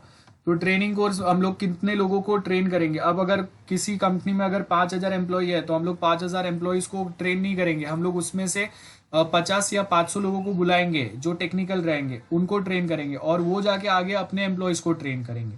तो वो जो ट्रेनिंग कोर्स आपका चलेगा वो कितने दिन का होगा, कितने लोगों को हम लोग एट अ टाइम ट्रेन कर सकते हैं, उसके हिसाब से हम लोग यहाँ पे ट्रेनिंग कोर्स बनाएंगे। ट्रेनिंग कोर्स कंप्लीट होने के बाद में उनको सर्टिफिकेशन देंगे, प्लस उनका भी एक यूजर मैनुअल बनेगा। मतलब उनको भी हम लोग एक मैनुअल प्रोवाइड करेंगे कि जो ट्रेनिंग दिया है उसके बाद अगर फ्यूचर में वापस अगर उनको कोई प्रॉब्लम आता है तो वो खुद से वो प्रॉब्लम्स को टैकल कर सके। बराबर है, ये सारे पॉइंट्स चलेंगे हम लोग के प्रोजेक्ट वाले पार्ट में। ओके, यहां तक जो भी कुछ एक्सप्लेन किया है, किसी को डाउट है तो बताओ। सुनाओ। नेक्स्ट पॉइंट जो है वो है सीक्वेंसिंग। सीक्वेंस बनाना बहुत जरूरी है। आप कौन सा टास्क पहले करेंगे कौन सा बाद में करेंगे, सो सीक्वेंस के हिसाब से शेड्यूल बनेगा। फॉर एग्जाम्पल अगर हम लोगों को एक कॉलेज प्रोजेक्ट पे अगर वर्क करना है तो मुझे वहां पे पहले स्टूडेंट्स का एडमिशन चेक करना पड़ेगा। अगर स्टूडेंट्स के एडमिशन अगर प्रॉपर नहीं हो रहा है तो वो एडमिटेड स्टूडेंट्स का एग्जाम हो रहा है कि नहीं वो पता नहीं चलेगा। तो सीक्वेंस क्या रहेगा, सबसे पहले तो आपको स्टूडेंट्स के एडमिशन पे फोकस करना पड़ेगा कि उनके एडमिशन सक्सेसफुली हो पा रहे हैं कि नहीं। अगर उनके एडमिशन सक्सेसफुली नहीं हो पा रहे तो फिर हम लोगों को कुछ बोल के मतलब ही नहीं है। बिकॉज आप सिर्फ अगर रिजल्ट वाला पार्ट चेक कर रहे हैं तो वो डायरेक्टली रिजल्ट हो ही नहीं सकता ना जब तक स्टूडेंट एडमिशन नहीं लेंगे। तो सीक्वेंस क्या चलेगा, एडमिशन और बाद में रिजल्ट चलेगा, और वो रिजल्ट के बेस के ऊपर बाद में हम लोग बाकी के जो चीज़ें हैं उस पर फोकस करेंगे। तो एडमिशन, अब एडमिशन के पहले क्या होगा, मेरिट लिस्ट होगा और उसमें आप फीस पेमेंट करेंगे। तो पेमेंट मॉड्यूल आएगा, मतलब एडमिशन सक्सेस कब हो रहा है, डॉक्यूमेंट वेरिफिकेशन और फीस पेमेंट। तो दिस इज द सीक्वेंस। तो यहाँ पे अगर आप देखेंगे एडमिशन एक ओवरऑल बड़ा सा बात मैंने बोल दिया, एडमिशन हो रहा है, लेकिन अगर उसमें हम लोग एक स्मॉल पार्ट से अगर हम लोग देखेंगे तो एडमिशन हो कैसे रहा है।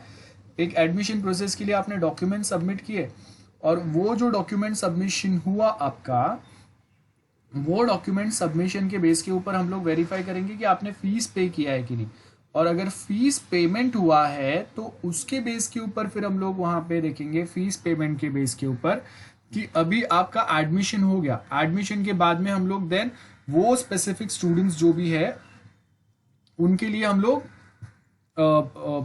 जो हॉल टिकट है वो इशू करेंगे, एग्जाम टाइम टेबल लगेगा, वो एग्जाम के लिए एलिजिबल है, एंड वो अगर एग्जाम दे रहे हैं तब जाके उनका रिजल्ट जनरेट होगा। तो आपका जो प्रोसेस रहेगा उसमें भी ये सेम सीक्वेंसिंग चलना चाहिए। अगर आपका सीक्वेंसिंग डिस्टर्ब हो रहा है तो जो भी कुछ आपने डेवलप किया है वो करेक्ट है या रॉन्ग है ये हम लोग बता ही नहीं पाएंगे।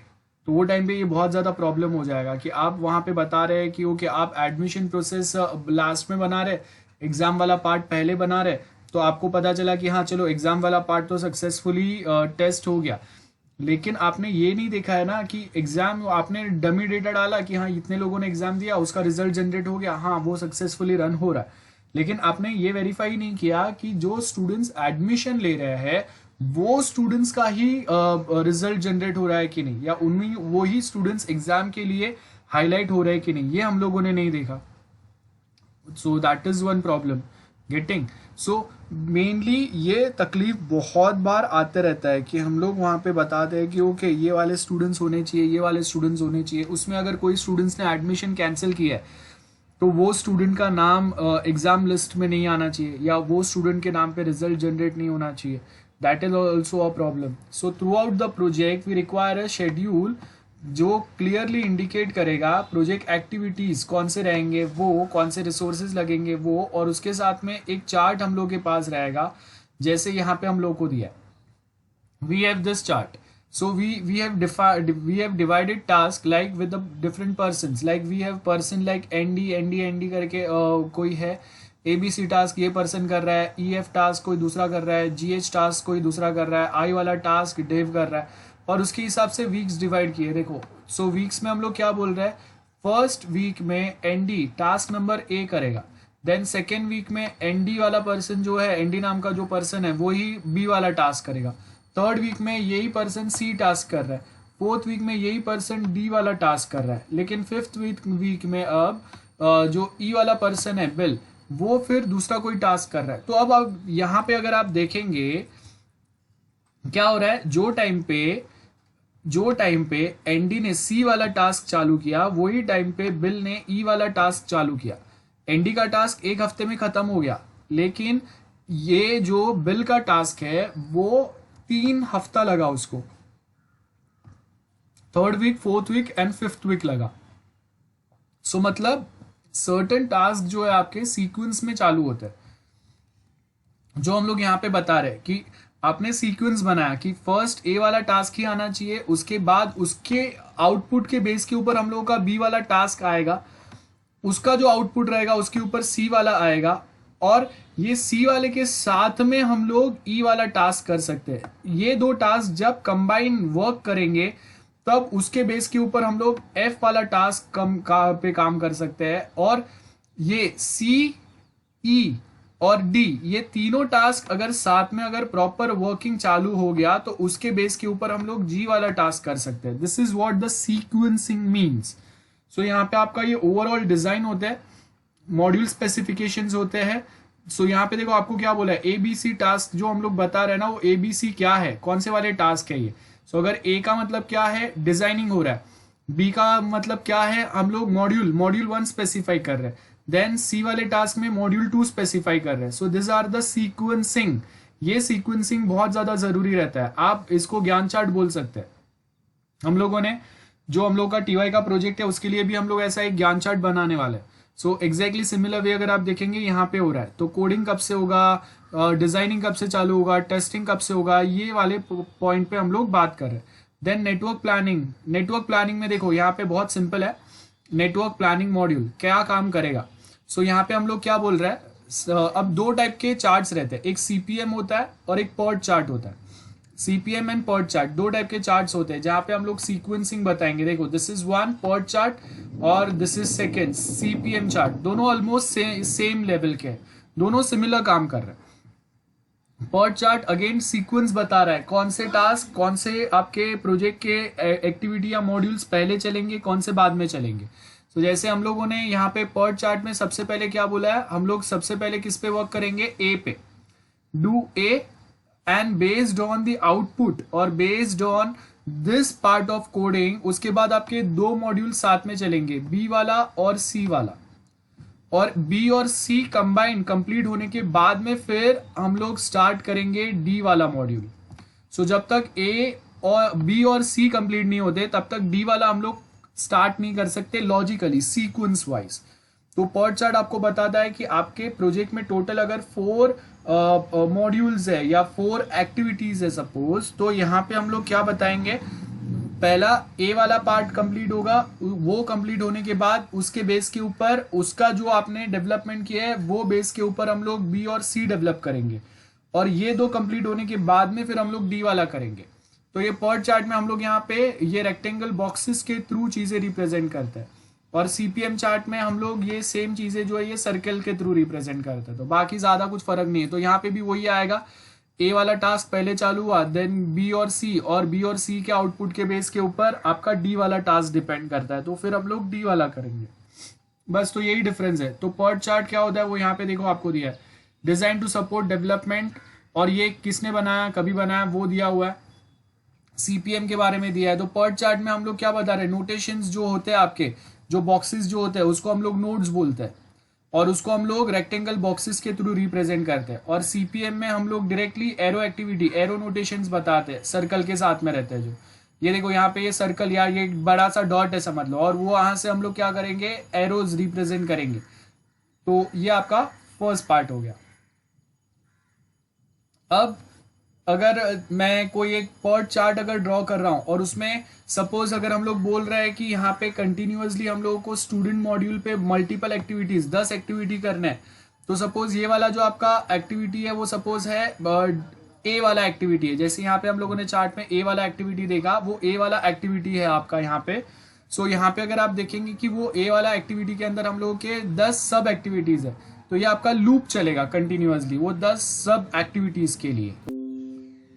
ओके, सो ये आपके कंटिन्यूअस लूप में आपके वो जो सिंगल एक्टिविटीज रहेंगे मेन एक्टिविटी के अंदर, वो यहाँ पे कंटिन्यूअस चलेंगे। सो एक्टिविटीज सच दैट आपका start and end of project ये बताएंगे कि कौन से एक्टिविटीज आपका प्रोजेक्ट स्टार्ट होगा, उसके बाद सीक्वेंस में दूसरे कौन से एक्टिविटीज आएंगे, और लास्ट में आपका कौन सा एक्टिविटी रहेगा। तो ये ट्रांजिशन पॉइंट्स होते हैं आपके। ट्रांजिशन मतलब ए कंप्लीट होने के बाद ही आप बी पे जाएंगे, बी कंप्लीट होने के बाद ही आप बी और सी कंप्लीट होने के बाद ही हम लोग डी पे जा सकते हैं। Those are the transition points. Okay, lagged activity, lagged activity मतलब एक्सेप्टेंस टेस्टिंग हम लोगों ने बोला था कि सपोज हम लोगों का इतने टाइम में होना चाहिए, लैगिंग मतलब डिले हो गया। ओके, सो क्या बोल रहे हैं, where there is a fixed delay between activities, for example 7 days का notice has to given to user that the new release has been signed off, and वो आपको सर्टेन एक स्पेसिफिक टाइम में जो है वो आपको मिल जाएगा। तो ये लैग्ड एक्टिविटीज का मतलब है कि जो आपने ऑन टाइम सोचे थे लेकिन उससे वो ज्यादा डिले हो गए, तो डिले हो गए तब हम लोग क्या करते हैं, यहाँ पे बफर टाइम रखता है। तो ये 7 days जो आपको एरो में बता रहा है वो आपका बफर टाइम हो गया, कि मैंने अगर एक्सीडेंटल सिचुएशन अगर कुछ होता है कि जहाँ पे अननोन कोई एरर सडनली अगर आ जाता है जो मैंने सोचा नहीं था, बग आ जाता है और जो मेरे से सॉल्व नहीं हो रहा है फिलहाल के लिए, तो वो टाइम पे मैंने यहाँ पे एक बफर ड्यूरेशन रखा हुआ है, और वो बफर ड्यूरेशन को मैं यूज करूंगा, और उसके बेस के ऊपर हम लोग आगे नोटिस सेंड करेंगे कि जो काम हम लोग आपका या जो प्रोजेक्ट हम लोग आपका ये टाइम पे इंस्टॉल करने वाले थे, अब उसमें XYZ रीजंस की वजह से डिले हो गया है, और वो डिले इतना टाइम का रहेगा, और ये टाइम के बाद हम लोग आपका जो ओरिजिनल सॉफ्टवेयर है उसको इंस्टॉल कर देंगे। रिप्रेजेंटेशन ऑफ लैग्ड एक्टिविटी, सो हम लोगों ने यहाँ पे रिप्रेजेंटेशन कैसे चलेगा। अब यहाँ पे देखो आपको क्या बोला है, लॉग्स हम लोग बता रहे हैं। लॉग्स मतलब डायरीज होते हैं, बाय द वे लॉग्स बताना मतलब डायरी होता है। तो सपोज हम लोगों ने यहाँ पे एक प्रोटोटाइप बिल्ड किया, प्रोटोटाइप मतलब एक डमी बनाया, डमी बनाने के बाद में वो प्रोटोटाइप को हम लोग यहाँ पे टेस्ट कर रहे हैं। Okay, testing those prototype, test करने के बाद में उसको हम लोग, अब हम लोगों ने जो प्रोजेक्ट डॉक्यूमेंट बनाया वो प्रोजेक्ट डॉक्यूमेंट से हम लोग इसको वेरीफाई करेंगे कि हम लोगों ने जो प्रोटोटाइप बनाया, जो प्रोटोटाइप अभी हम लोग टेस्ट कर रहे हैं वो आपके ओरिजिनल डॉक्यूमेंट्स से मैच कर रहा है कि नहीं। अगर मैच कर रहा है तो ठीक है, नहीं मैच कर रहा है तो हम लोगों के जो स्पेसिफिकेशंस या रिक्वायरमेंट्स है उसमें आपको सर्टेन चेंजेस करने पड़ेंगे यहाँ पे। और ये जो भी हम लोग चेंजेस करेंगे उसको हम लोग लॉग्स में या डायरी में मेंटेन करेंगे, और ये जो डायरी है ये हमेशा अपडेट होते रहेगा। और अगर कोई दूसरा हम लोगों की प्रोजेक्ट एक्टिविटीज को अगर मॉनिटर कर रहा है, टीम लीडर या कोई भी, तो ये वो लॉग्स को मॉनिटर करेगा, वो ये डायरी को मॉनिटर करके बताएगा कि आप जो भी कुछ काम कर रहे हैं वो हम लोगों ने रिव्यू मीटिंग में अगर फाइनल किया था कि यहाँ पे कुछ चेंजेस की जरूरत है, या हम लोगों ने प्रोटोटाइप टेस्ट करने के टाइम पे आइडेंटिफाई किया था कि दिस आर द प्रॉब्लम्स जो हम लोगों को रेक्टिफाई करने पड़ेंगे, अदरवाइज आपका जो फाइनल जो सॉफ्टवेयर रहेगा उसमें प्रॉब्लम क्रिएट हो सकता है। तो उसमें हम लोग यहाँ पे वेरिफिकेशन मॉडिफिकेशंस कहाँ कहाँ पे जरूरी है वो देखेंगे हम लोग। तो वो लॉग्स रहेंगे, लॉग्स मीन्स डायरीज होते हैं।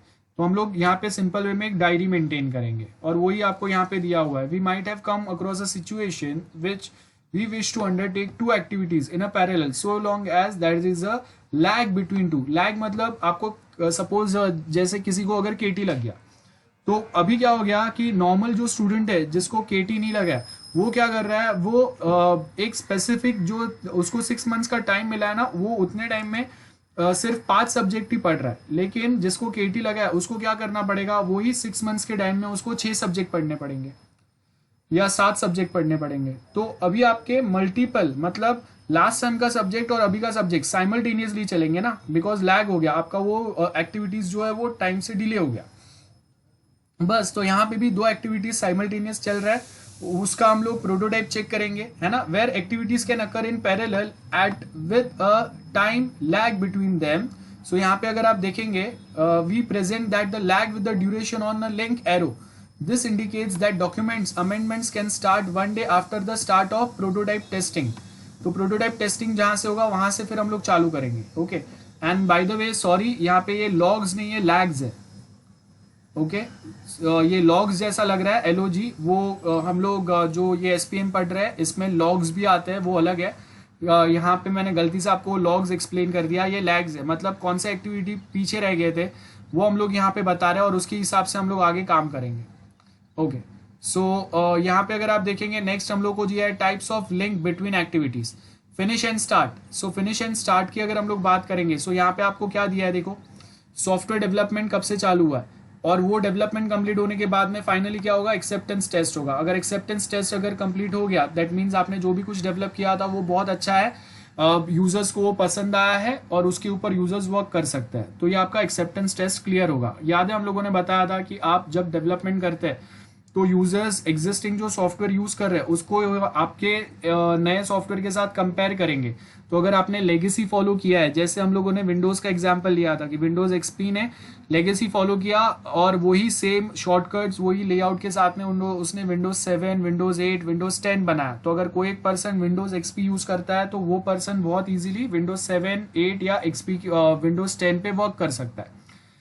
तो यहाँ पे सिमिलर वे में हम लोग सॉफ्टवेयर डेवलपमेंट में फिनिश टू स्टार्ट में क्या देखेंगे, सॉफ्टवेयर डेवलप हो गया, एक्सेप्टेंस टेस्ट में हम लोग वेरीफाई करेंगे कि सबसे दो एक्सेप्टेंस टेस्ट में मेनली 2 टाइप रहते हैं जो हम लोगों ने समझा था। एक्सेप्टेंस टेस्टिंग के अंदर मेनली आपके 2 टाइप रहेंगे। फर्स्ट जो आपका टाइप रहेगा वो रहेगा हम लोगों का जो अल्फा टेस्ट होता है, और दूसरा जो होगा बीटा टेस्ट होगा, बराबर है। अल्फा टेस्ट डेवलपर साइड पे होता है, बीटा टेस्ट यूजर एंड पे होता है। तो वो बीटा टेस्टिंग और अल्फा दोनों अगर क्लियर हो रहा है मतलब एक्सेप्टेंस टेस्ट क्लियर हो गया। अब ये सेम जो है ना एक्टिविटीज मतलब छोटे छोटे जो आपके टास्क है उसके बीच में के लिंक हम लोग ये वे में भी बता सकते हैं। जैसे हम लोगों ने यहाँ पे क्या किया, finish to finish, start to start and finish to finish. Start to start मतलब एक हम लोगों ने यहाँ पे फर्स्ट टाइम कोई रिक्वायरमेंट गैदर किया, उसके हिसाब से हम लोगों ने यहाँ पे उसका प्रोटोटाइप टेस्ट किया। प्रोटोटाइप टेस्ट करने के साथ में हम लोग उसका टेस्टिंग कैसे होगा, हम लोग उनको उसके डॉक्यूमेंट के साथ वेरीफाई करेंगे। अगर प्रोटोटाइप और वो डॉक्यूमेंट अगर सेम मैच हो रहा है तो अभी हम लोग क्या करेंगे, आप देखो prototype testing and document amendments दोनों साथ में चल रहे हैं, इसके लिए हम लोग start to start and finish to finish बोल रहे हैं। मतलब prototype testing and document amendment, document amendment मतलब डॉक्यूमेंट में कुछ changes as and when required based on the testing of this prototype या dummy model of your module, या आपके प्रोजेक्ट का कोई एक छोटा सा पार्ट या एक्टिविटी जो है उसका एक प्रोटोटाइप बनाया ना आपने, डमी बनाया, तो आप उसको टेस्ट करें और उसी के साथ में आप डॉक्यूमेंट वेरिफिकेशन चालू कर रहे हैं। दो काम साथ में हो रहे हैं और ये दोनों काम साथ में ही कंप्लीट होंगे। आप पहले प्रोटोटाइप टेस्ट करेंगे और बाद में डॉक्यूमेंट वेरीफाई करेंगे, ऐसा नहीं चलेगा। बिकॉज यहाँ पे जो भी प्रोटोटाइप टेस्टिंग हो रहा है वो किसके बेस के ऊपर है? डॉक्यूमेंट के बेस के ऊपर है। तो डॉक्यूमेंट और प्रोटोटाइप दोनों साथ में चलेंगे। इसके लिए हम लोग यहाँ पे start to start and finish to finish इसको नाम प्रोवाइड करते हैं। तो देखो, when one activity starts another has to start, because वो दोनों एक दूसरे पे डिपेंड करते हैं। तो ये दो टाइप के लिंक्स होते हैं हम लोग के, finish to start. Finish to start मतलब यहाँ पे हम लोगों ने क्या किया है, चालू किया सॉफ्टवेयर डेवलपमेंट, और हम लोग कहाँ पे उसको कंप्लीट करेंगे? टेस्टिंग पे जाके कंप्लीट करेंगे। इसको फिनिश टू स्टार्ट बोलते हैं। Following activity start when the previous one has been finished. Sequence बताया कि ये वाला एक्टिविटी कंप्लीट होगा, उसके बाद हम लोग ये काम चालू करेंगे, बराबर है। या फिर एक्सेप्टेंस टेस्ट जब तक क्लियर नहीं होता तब तक हम लोग का इसमें डेवलपमेंट पे हम लोग के एफर्ट्स कंटिन्यूअस रहेंगे। इसको फिनिश टू स्टार्ट बोलते हैं। फिनिश टू फिनिश ऑलरेडी हम लोग को पता है, जब एक एक्टिविटी जैसे प्रोटोटाइप टेस्टिंग कंप्लीट होगा तो अगर वो कंप्लीट हो रहा है तो डॉक्यूमेंट अमेंडमेंट कंप्लीट होगा, या फिर डॉक्यूमेंट अमेंडमेंट कंप्लीट हो गया तो उसके साथ में प्रोटोटाइप टेस्टिंग कंप्लीट होगा। Okay, then start to finish. Start to finish में हम लोग यहाँ पे क्या बात कर रहे हैं? Operate temporary system. ओके, आप ये बताएंगे, चलो मुझे जल्दी से, आप में से कोई एक बताएगा, जिसका मैं नाम लूंगा वो मुझे एक्सप्लेन करेगा, जल्दी से पढ़ लो। ओके, सो देखो, जैसे अभी उसने एक्सप्लेन किया, फर्स्ट हम लोग यहाँ पे क्या बता रहे हैं? Acceptance test of new system. मतलब हम लोग यहाँ पे चेक करेंगे कि हम लोगों के एम्प्लॉयज जो है वो कैसा नया सिस्टम एक्सपेक्ट कर रहे हैं। ओके, सो अगर वो नया सिस्टम जो वो एक्सपेक्ट कर रहे हैं वो अगर प्रॉपरली हम लोग डेवलप करने, हम लोगों को आइडेंटिफाई हो गया कि हाँ ऐसा ही सिस्टम हम लोगों को कुछ बताना है, बट उसमें कुछ एक्स्ट्रा चीज़ें हैं जो करंटली रिक्वायर्ड नहीं है, जो हम लोग के बजट में नहीं आ रहे, या उतने टाइम में कंप्लीट नहीं हो पाएंगे, या अननेसेसरी हो जाएंगे हम लोग के सिस्टम के लिए, जो हम लोग के सिस्टम को ओवर बर्डन कर देगा। तो वो टाइम पे वो सिस्टम में हम लोग कट ओवर करेंगे। कट ओवर का मतलब है अनवांटेड फंक्शंस को फिलहाल के लिए निकाल दो। आगे फ्यूचर में देखेंगे कि हम लोग को क्या नए चीज़ें रिक्वायर्ड है। फिलहाल के लिए जितना ज़रूरी है टू द पॉइंट रखो, और वो टू द पॉइंट जब cut over to a new system हम लोग करेंगे, सो हम लोगों ने क्या किया, एक सॉफ्टवेयर जो यूजर्स के रिक्वायरमेंट के हिसाब से था वो न्यू सिस्टम हम लोग लेके आए यहाँ पे। अब हम लोगों ने एक्सेप्टेंस टेस्ट क्लियर कर दिया उसका। एक्सेप्टेंस टेस्ट क्लियर करने का मतलब है कि हम लोगों ने उनको जो भी चीज़ें रिक्वायर्ड थे वो टू द पॉइंट दे दिए, उनके कॉस्टिंग के हिसाब से, अपने टाइम के हिसाब से। और अब हम लोग क्या करेंगे कि एक बार अगर एक्सेप्टेंस टेस्ट क्लियर हो गया और जितने काम के फंक्शन से उतने डाल दिए, जो नहीं काम के है वो छोड़ दो, और सर्टन जो हम लोग ऑन टाइम नहीं कर पाए उसको हम लोगों ने क्या किया कि उसको हम लोगों ने next phase, future phase, maintenance phase के लिए रख दिया। और जैसे ही हम लोगों का ये एक्सेप्टेंस टेस्ट क्लियर होके न्यू सिस्टम बन गया, हम लोगों ने उसमें जितने काम के फंक्शन थे वो डाल दिए, नहीं काम के वो छोड़ो, अभी के लिए नहीं बनाए, आधा ही बनाए, लेकिन जो भी काम की चीजें थे वो सारे आ गए।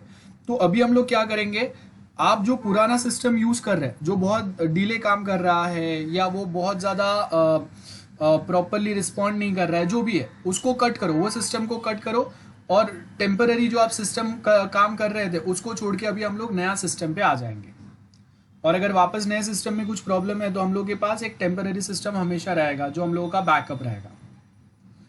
तो स्टार्ट टू फिनिश में हम लोग यही बता रहे, cut over to a new system takes place, the operation of temporary system is no longer needed. मतलब जो आप पुराना सॉफ्टवेयर या कुछ यूज कर रहे थे उसकी अभी जरूरत नहीं है।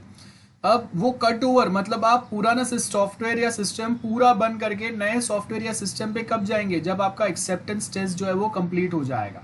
और एक्सेप्टेंस टेस्ट कंप्लीट होने का मतलब ये नहीं है कि यूजर ने अगर 500 रिक्वायरमेंट दिए थे तो वो सारे के सारे अगर कंप्लीट हुए तो ही हम लोग नए सिस्टम पे जाएंगे, ऐसा नहीं होगा। जो बहुत इंपॉर्टेंट काम के फंक्शंस है, हाईएस्ट प्रायोरिटी वाले, वो भी अगर प्रॉपर वर्क करना चालू हो गया है तो हम लोग पुराने सिस्टम को कट करके नए सिस्टम पे आ जाएंगे। वो स्टार्ट टू फिनिश होता है। Then start and finish times. अब यहां पे अगर आप डायग्राम देखेंगे, अर्ली स्टार्ट होगा, early start early finish, latest start latest finish. क्या डिफरेंस है? Activity write report software. अब यहाँ पे हम लोग को क्या बोला है, अर्ली स्टार्ट किया, मतलब आपका एक्टिविटी जो है उसके पहले से हम लोगों ने उसका कुछ काम चालू किया है। तो अगर उसके पहले से काम चालू किया है तो क्या होगा, उसके पहले खत्म भी हो जाएगा। सो हम लोग यहाँ पे क्या बोले, early start early finish equal to हम लोग का कितना ड्यूरेशन जा रहा है वो देखेंगे हम लोग। एंड लेटेस्ट फिनिश जो हम लोगों ने किया उसमें क्या है, latest task can be completed without affecting project and latest start duration. The time आपको यहां से देखना है, the time that an activity can start depends on it's relation with the other task in the project. Early start is when the earliest of a proceeding activity upon with the current activity depends will be completed so that the current one can start. If it starts at the time the earliest current activity can finish is the earliest start plus its duration. So however it may be that the activity although it can start can be delayed because later activity do not have to start right away.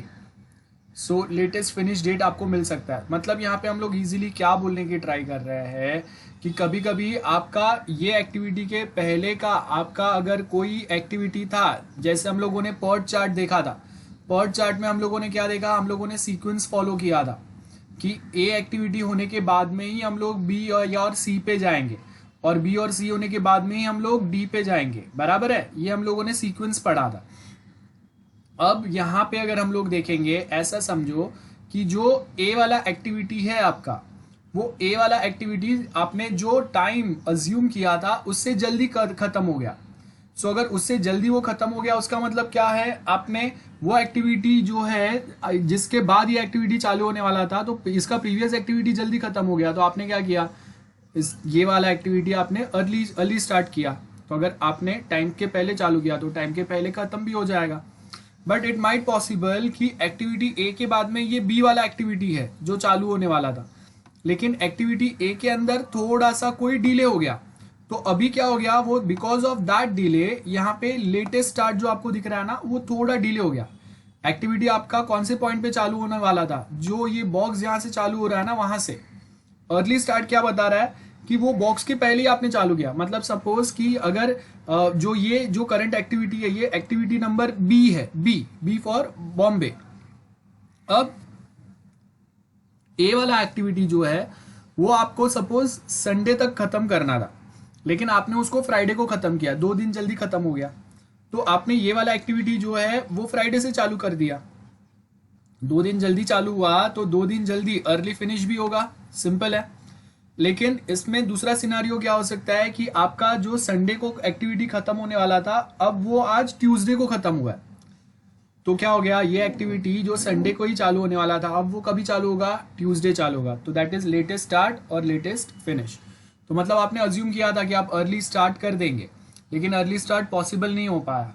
तो अभी latest वाला scenario क्या है, कितना delay हुआ है, वो time calculate यहाँ पे हम लोग करते हैं, उसको ये बोलते हैं। तो देखो यहाँ पे क्या बोला है, अर्ली स्टार्ट कब से चालू हुआ, डे 5 से। लेटेस्ट फिनिश कभी हो रहा है, डे 30 पे। और आपका ड्यूरेशन कितना हुआ, 10 दिन का। तो मतलब आपने सोचा था उससे क्या हुआ, डिले हो गया, बराबर है। यहाँ पे उसका इक्वेशन दिया है जिसके बेस के ऊपर हम लोग इसको कैलकुलेट कर सकते हैं। तो ये सिंपल सा कैलकुलेशन ये देख लेना। और उसके साथ में हम लोग क्या बता रहे हैं, day 0 day numbers use rather than actual dates. तो यहाँ पे हम लोग क्या बोल रहे हैं, डे नंबर्स। एक्चुअल डेट्स हम लोग नहीं लिखते यहाँ पे, डे 0 1 2 3 ऐसा लिखते हैं। तो इससे एग्जैक्ट पता चलेगा कि आपके पास अगर 5 दिन का टाइम था तो अभी आपके पास कितना टाइम बचा है। और उसमें हम लोग क्या बोल रहे हैं कि यहाँ पे हम लोग we are not concern with public holidays और वीकेंड्स। ये डेज जो है, ये नंबर ऑफ डेज जो है वो कंटिन्यूस चलते रहेगा। So for finish day 1 means at the end of day 1 and start date day 1 also means that the end of day 1। Clear है। तो फिनिश भी अगर मैं बोल रहा हूँ डेट एंड टाइम, तो अगर मैंने डे 1 लिखा है तो इसका मतलब ये है कि वो एक दिन खत्म हो गया, चाहे उस दिन वो एक्टिविटी चालू हुआ हो या खत्म हुआ हो। वो डे 1 वहां पे अगर मैं लिख रहा हूँ, मतलब मैं उसका स्टार्ट या एंड डेट नहीं लिख रहा हूँ, मैं लिख रहा हूँ कि ओके एक दिन खत्म हो गया। डे 10 मतलब 10 दिन खत्म हो गए। तो उसके बाद आपके कौन से एक्टिविटीज चालू या बंद है वो देखना है। सो यहाँ पे अगर आप देखेंगे this A could finish on day 5 for example.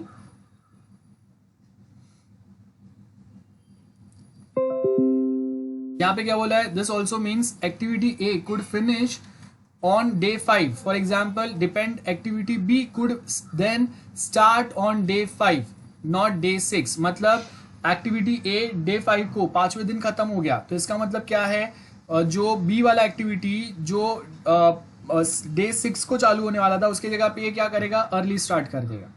So all this में more sense if you think about activities that finish and start halfway through a particular day. So मतलब अभी आज 5वां दिन पे वो खत्म होने वाला था शाम तक, लेकिन अभी आफ्टरनून में ही वो खत्म हो गया, तो हम लोग के पास आधा दिन बचा है ना, तो आधे दिन में दूसरा एक्टिविटी चालू कर दो, ये हम लोग बता रहे हैं बेसिकली. सो देखो यहाँ पे क्या बोला है, अर्ली स्टार्ट, ड्यूरेशन कितना है, अर्ली फिनिश. तो अगर मुझे कोई एक एक्टिविटी 10वें दिन चालू करना था, उसके जगह पे मैं उसको 5वें दिन पे चालू कर रहा हूँ, तो ड्यूरेशन तो उतना ही लगेगा. सिर्फ 5 दिन पहले चालू किया है तो 5 दिन पहले खत्म हो रहा है. और लेटेस्ट स्टार्ट में क्या होगा, लेटेस्ट स्टार्ट में अभी आपका इसके पहले का जो एक्टिविटी है वो डिले हुआ है, जिसकी वजह से आपका ये लेटेस्ट स्टार्ट मतलब ओरिजिनल टाइम से थोड़ा पीछे गया है. तो प्रीवियस एक्टिविटी जितना डिले होगा ना, उतना इसका टाइम जो है वो डिले होगा. इसके लिए यहाँ पे फ्लोट दिया हुआ है. फ्लोट का मतलब क्या है कि ये एक्टिविटी हम लोगों को खत्म करना है 10 दिन में, लेकिन ये एक्टिविटी बी वाला एक्टिविटी जो है वो डिपेंड कर रहा है एक्टिविटी ए पे. तो अगर एक्टिविटी ए जो है वो अगर 5 दिन डिले हो रहा है, तो उसके वजह से आपका ये एक्टिविटी भी 5 से 6 दिन और डिले हो सकता है. बराबर है. तो इसके लिए यहाँ पे ड्यूरेशन जो है वो फ्लोट में रहेगा. फ्लोट मतलब फिक्स इतने टाइम में भी हो सकता है, या वो टाइम ड्यूरेशन वेरी भी कर सकता है. क्लियर है. और यहाँ पे वो सेम वापस पर्ट चार्ट दिया है. देखो जैसे यहाँ पे मेरे पास ए एक्टिविटी है, यहाँ पे उसके बाद मैं बी और सी स्टार्ट करूंगा, बी और सी के बेस के ऊपर फिर हम लोग डी वाला या ई वाला स्टार्ट करेंगे. सो कौन से एक्टिविटी किस पे डिपेंड करते हैं वो बताया. जैसे मैंने आपको क्या बताया कि अगर मुझे यूजर का प्रोफाइल चेक करना है, तो जब तक मैं sign up and log in नहीं कर सकता तब तक यूजर प्रोफाइल वेरीफाई नहीं हो पाएगा. बराबर है. सो ये सीक्वेंस हो गया. या फिर अगर हम लोग को रिजल्ट जनरेट करना है, तो रिजल्ट कब तक जनरेट नहीं हो पाएगा, जब तक एडमिशन वाला मॉड्यूल में नहीं बना देता. एडमिशन वाले एक्टिविटीज पे मैं काम नहीं करता. और एडमिशन वाले एक्टिविटी के पहले आपको क्या करना पड़ेगा, उनका एडमिशन का डॉक्यूमेंट वेरिफिकेशन, फीस सबमिशन, ये होने के बाद में कौन से स्टूडेंट्स एग्जाम के लिए वैलिड है, तो उसके लिए अटेंडेंस मॉड्यूल भी बनाना पड़ेगा. अगर आपका अटेंडेंस अगर 0 है या लेस देन 50% है, still you are not eligible for exam. तो एग्जाम के लिए हॉल टिकट किसके इशू होने चाहिए, जिसका एडमिशन हुआ है, फीस कंप्लीट पे हुआ है और उसका अटेंडेंस भी 50% से ज्यादा है as per the university criteria. Okay. Next अभी आपको क्या बता रहा है, forward pass, start at beginning day 0 and work forward following the chain. मतलब हम लोगों ने क्या किया, early start date of a current activity and early finish of the previous activity. Suppose यहाँ पे क्या बोला है आपको, अर्ली फिनिश. अर्ली फिनिश मतलब आपको जो एक्टिविटी चालू करना था, खत्म करना था, उससे आपने क्या किया, डे 7 पे कोई तो एक स्पेसिफिक एक्टिविटी खत्म किया. ये वाला एक्टिविटी आपने डे 10 को कंप्लीट किया. तो अब ये suppose this one is activity A and this one is activity B. बराबर है. अब एक्टिविटी ए आपने 7वें दिन पे खत्म कर दिया. 10 दिन का टाइम था, लेकिन 7वें दिन पे आपने खत्म किया. एक्टिविटी बी के लिए आपके पास 10 दिन थे और आपने उसको 10 दिन पे ही खत्म किया. लेकिन अभी आपका ये जो एक्टिविटी है ये तो 10वें दिन पे ही चालू होगा, बिकॉज ये वाला activity depends on this 2 activity. तो जब तक ये दोनों एक्टिविटी कंप्लीट नहीं होते, तब तक अगर आपका कोई एक एक्टिविटी 7वें दिन पे खत्म भी हो रहा है, तो भी हम लोग ये वाले एक्टिविटी को जल्दी चालू नहीं कर सकते, क्योंकि दोनों एक्टिविटी खत्म होने के बाद ही होगा. तो ये अर्ली स्टार्ट कभी हो रहा है, 10वें दिन पे हो रहा है, जल्दी से जल्दी 10वें दिन हो रहा है. क्यों? बिकॉज इसमें से एक 7वें दिन को खत्म हो गया, लेकिन दूसरे को 10 दिन लगे. चलो 11 दिन का टाइम था, 10 दिन लगे, तो हम लोगों ने 1 दिन जल्दी चालू किया. ओके. सो यहाँ पे अगर आप देखेंगे एक्टिविटी नेटवर्क दिया है आपको, तो एक्टिविटी नेटवर्क बेसिकली बता क्या रहा है. सो एक्टिविटी नेटवर्क अगर आप देखेंगे तो आपको क्या बता रहा है कि आपके पास कौन सा वीक है और वो वीक में आप क्या काम कर रहे हैं. जैसे मेरे पास एक्टिविटी ए है, उसमें हम लोग क्या कर रहे हैं, hardware selection for the software. Then software configuration, मतलब आपको अगर कोई एक सॉफ्टवेयर इंस्टॉल करना है तो उसके लिए सपोज विंडोज 10 ही लगेगा, उसके साथ में जेडीके इंस्टॉल होना चाहिए, ये देखेंगे हम लोग. और वो सब काम के लिए कौन से स्टाफ आपके रिक्रूट होंगे, उसके ऊपर फोकस करेंगे हम लोग. और ये ए वाला टास्क होने के बाद में सीक्वेंस में कौन सा आ रहा है, सी वाला आ रहा है. देन बी वाला होने के बाद में उसके सीक्वेंस में ई और डी आ रहे हैं. और F वाला टास्क होने के बाद में उसके सीक्वेंस में G वाला टास्क आ रहा है। और ट्रेनिंग के लिए आपके पास क्या होना चाहिए, ऑफिस का ड्राफ्ट होना चाहिए कि ऑफिस में आपके पास कितने कंप्यूटर्स है, सारे कंप्यूटर्स का कॉन्फ़िगरेशन क्या है, नेटवर्क आर्किटेक्चर क्या है। तो आप जो स्टाफ रिक्रूट करेंगे और साथ में ऑफिस का एक ड्राफ्ट आपके पास रहेगा, और ये दोनों को कंबाइन हम लोग करेंगे तो आपका यूजर ट्रेनिंग वाला पार्ट चालू होगा।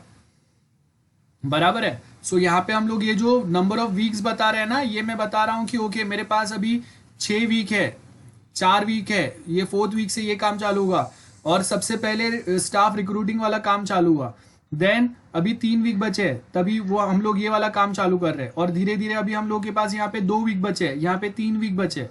तो ये हम लोग रिमेनिंग टाइम बता रहे हैं। इसके लिए यहाँ पे नंबर्स अगर आप देखेंगे, यहाँ पे बड़े नंबर्स है, यहाँ पे छोटे छोटे नंबर्स है, बॉक्सेस जैसे फिनिश साइड पे जा रहे हैं। तो स्टार्टिंग में हम लोग के पास बहुत ज्यादा टाइम है, धीरे धीरे वो जो टाइम है वो कम होते जा रहे हैं, नंबर ऑफ वीक्स जो है वो कम होते जा रहे हैं। ठीक है, वो बता रहे हैं हम लोग। नेक्स्ट अगर आप देखेंगे, नेक्स्ट आपको क्या दिया है, backward pass, start from the last activity. मतलब बैकवर्ड पास में हम लोग क्या बताएंगे, start with the last activity, मतलब जहां पे हमने स्टॉप किया था। सपोज अगर मैंने जल्दी जल्दी में अभी के लिए सबमिशन कर दिया आपका फाइनल ईयर प्रोजेक्ट का, तो कॉलेज में हम लोगों ने जल्दी जल्दी सबमिशन कर दिया, लेकिन एक्सटर्नल अभी अगर आने वाले हैं वो 10 दिन के बाद आने वाले हैं। और तो आप क्या करेंगे, प्रोजेक्ट में आपने लास्ट कॉलेज के टाइम पे जो सबमिशन जहां तक का किया था वो आपका लास्ट एक्टिविटी है, तो उसी में हम लोग सर्टन और न्यू चीजें ऐड कर देंगे, जो भी अगर ऐड करना है सपोज। तो लास्ट एक्टिविटी आपका कहाँ पे खत्म हुआ था, वहां से ही आपका वापस प्रोजेक्ट चालू होगा, अगर आपको उसमें और कुछ अपडेशंस करने हैं तो वही आपको दिया है। लेटेस्ट फिनिश आपका कौन सा था, फॉर द लास्ट एक्टिविटी, वहां से ही आपका अर्लीस्ट फिनिश क्या है वो वेरीफाई करो, और उसके हिसाब से हम लोग नए एक्टिविटी के लिए कितना टाइम बचा है वो देखो, और उसके हिसाब से अगर कुछ बनाना है तो चालू करो। तो work backward side, work backward side मतलब उल्टा वे में चालू करो। उल्टा वे में मतलब स्टार्ट से देखो अभी कि हम लोग सबसे पहले स्टाफ रिक्रूटमेंट लाएंगे, हार्डवेयर सिलेक्शन हम लोग लेके आएंगे, है ना, सॉफ्टवेयर कॉन्फ़िगरेशन करेंगे, उसके बाद फिर हम लोग डेटा माइग्रेशन पे जाएंगे, और इंस्टॉल एंड टेस्ट सिस्टम, ये देखो ये जो लास्ट में आता है वो फिर अभी यहाँ पे आ गया ना। सो बेसिकली हम लोग बैकवर्ड पास में जा रहे हैं। तो latest finish of a current activity equal to latest start of the following activity. तो हम लोग क्या देखेंगे, पीछे से आप देखो कि पीछे से अगर हम लोग देखेंगे तो सबसे लास्ट में अभी कौन सा टास्क खत्म हुआ है, उसके हिसाब से अभी के टाइम पे कौन सा टास्क स्टार्ट होना चाहिए। सो यहाँ पे अगर आप देखेंगे तो वो सेम डायग्राम आपको दिया हुआ है, example of last finish for all activities. तो यहाँ पे देखो हार्डवेयर सिलेक्शन लास्ट फिनिश कब हुआ था, उसके हिसाब से हम लोग को पता चलेगा कि नए हार्डवेयर क्या इंस्टॉल करने पड़ेंगे। सो इसका लास्ट फिनिश क्या है वो देखो, उसके हिसाब से फिर हम लोग यहाँ पे लेटेस्ट स्टार्ट कौन सा करना है वो देखेंगे। ओके, और फ्लोट का नंबर है कि हम लोग के पास कोई भी एक्टिविटीज का एग्जैक्ट डेट ड्यूरेशन नहीं है, जो जल्दी भी हो सकता है लेट भी हो सकता है, उसको फ्लोट बोलते हैं। लेटेस्ट फिनिश हुआ है माइनस अर्ली स्टार्ट, और उसके हिसाब से हम लोग को ड्यूरेशन मिलेगा। तो अगर मैंने लेटेस्ट स्टार्ट किया, लेटेस्ट स्टार्ट मतलब डिले हो गया था मुझे स्टार्ट करने में, एक्टिविटी स्टार्ट करने में, बिकॉज इसके प्रीवियस एक्टिविटी मेरा लेट था, तो लेटेस्ट स्टार्ट है। लेटेस्ट स्टार्ट के हिसाब से हम लोग यहाँ पे क्या बता रहे हैं, अगर अर्ली फिनिश किया मैंने, बराबर है, लेटेस्ट स्टार्ट के साथ अगर मैंने अर्ली फिनिश किया मतलब लेट स्टार्ट करके अगर जल्दी किया तो ड्यूरेशन कितना लग रहा है, लेटेस्ट स्टार्ट के बाद अगर लेटेस्ट फिनिश हुआ तो ड्यूरेशन कितना लग रहा है, अर्ली स्टार्ट के साथ अगर अर्ली फिनिश हुआ तो ड्यूरेशन कितना लग रहा है। तो ये हम लोग फ्लोटिंग वे में डिस्कस कर रहे हैं। यहाँ पे हम लोग क्या बता रहे हैं, कंपलसरी नहीं है कि भाई आप 10वें दिन ही अपना एक्टिविटी कोड करना या डिजाइन करना चालू कर रहे हैं। कभी कभी क्या हो सकता है कि हम लोगों ने अर्ली स्टार्ट किया, लेटेस्ट फिनिश हुआ, लेटेस्ट फिनिश का मतलब कोई एक एक्टिविटी अभी खत्म हुआ है, ओके, और हम लोगों ने उसको अर्ली स्टार्ट किया था। सपोज अर्ली स्टार्ट मतलब चालू बहुत पहले किया था, देखो यहाँ पे चालू किया, टाइम के पहले चालू किया, लेकिन फिनिश जो हुआ वो डिले हो गया, है ना। तो यहाँ पे अभी हम लोग कैलकुलेट करेंगे कि ड्यूरेशन कितना हुआ। आपने एक तो एक्टिविटी चालू भी जल्दी किया और खत्म भी लेट किया है, तो रिक्वायर्ड टाइम से ज्यादा टाइम गया आपका, तो वो कितना ज्यादा टाइम गया है वो हम लोग यहाँ पे वेरीफाई करेंगे, और उसके हिसाब से आपको फ्लोट मिलेगा। फ्लोट मतलब जो कभी फिक्स नहीं होता है, फ्लोट रहेगा, कभी ज्यादा भी हो सकता है इसका वैल्यू, कभी कम भी हो सकता है। सो आपने जो डिफाइंड एक प्लान, एक शेड्यूल बनाया उससे कम ज्यादा हो सकता है ये। Okay, and now we have critical path. यहाँ से मैं नेक्स्ट टाइम करता हूँ, आज हम लोग यहाँ पे नहीं कर रहे।